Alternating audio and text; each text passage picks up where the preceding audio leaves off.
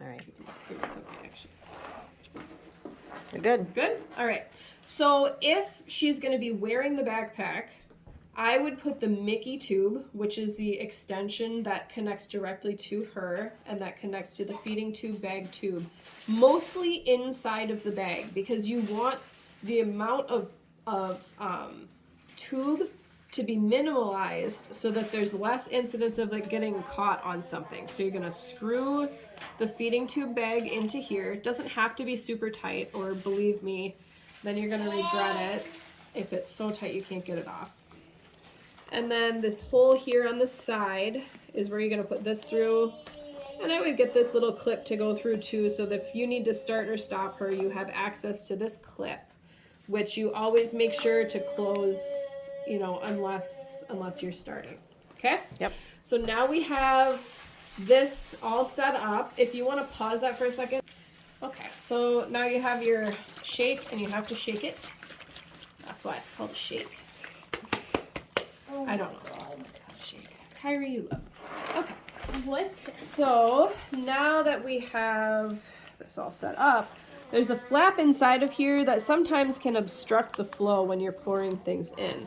So I like to kind of stick my finger in there and push it back, and it's, I don't know, have a wipe or something like that. Open this up first, unlike me. And then just pour it in slowly in case it does start to kind of back up.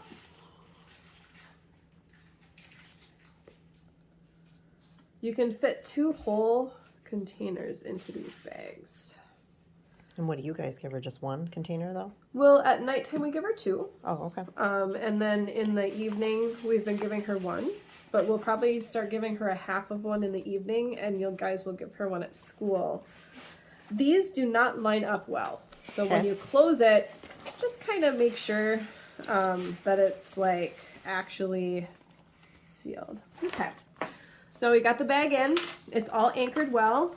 So you can close this part of the backpack. How do you spell garland? And then we can walk over to Journey. I'm glad that I'm like recording all of my shenanigans for posterity. Here, Brenda. Here. You put on your backpack. Hey, Mom. How do you spell garland? Can I help you with that when I'm done recording this? Fine. Garland, G-A-R-L-A-N-D. Oh. Are beautiful. Somewhere is a thing. Where is that? Here it is. So this will clip around her, above her button. Just keeps the bag on nicely. Now you're going to take this bad boy out and open this. The one in front is the one that you're going to use. There's a line here and a line here that match up. You can see right here it says jejunal, and that means it's going into the J. The side does say gastric on it, if you catch that. So that's if you ever do water, you go into the G. So you match this up, push it in, and then spin. And then, yep, it just hangs. Pop her shirt down, and that's how you connect it. At this point, you could start the feed. I forgot to prime the pump, so we're gonna have to disconnect Journey right now, but I'm gonna have Kelly actually do it. So take this out and then show how to prime.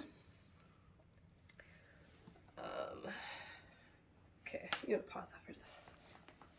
So this clip needs to be unclipped if you want liquid to flow through it, which right now we do. I like to save the empty container and set that in there because it's gonna be garbage anyway, and Journey's gonna play with it now. She really likes to lean back on you when you're working with the backpack, so you gotta be careful. She's not gonna just decide to, would you, silly? So the best practice would be to prime this while it's not on Journey's back, because this is the foolish way to do it, but I just got kind of like out of order. So on the back, there's a button that says prime. You hold it you've got to wait till all the numbers go through their cycle, and then you just hold it to prime, and it's going to take a bunch of time. All these like air and stuff is going to come out, and you'll hold it down for an entire cycle. Oh, that was not an entire cycle. You'll hold it down for a whole cycle and it'll stop, and then you have to hold it down again because it does never make it the entire way. It really only is equipped to go through the whole thing. So you can probably pause it while we are. All right, we are all primed. As you can see, there's liquid in the tube, and we're gonna unclip this, and we're gonna rotisserie Journey.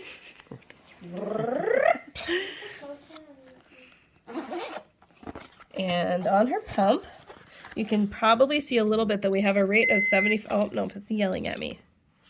We have a rate of 75. That is the maximum rate that I would probably do for a J-tube feed. I'm with her right now, and so I feel comfortable feeding her at that rate. Okay. And then you're just going to you're going to hold down the run pause until it does that beep, beep, beep. I'm going to pause it again. And then hold down the run. When it's running, there's this little circle here. Yeah, it's hard to get on. Let me see if I can. It's like it doesn't want to show up on this screen. Oh, there we go. So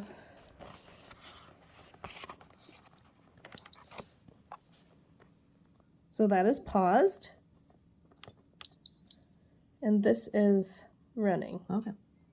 Okay. And then you zip it up, and she just wanders around like a Ghostbuster. Yay! So now will it be set at that 75?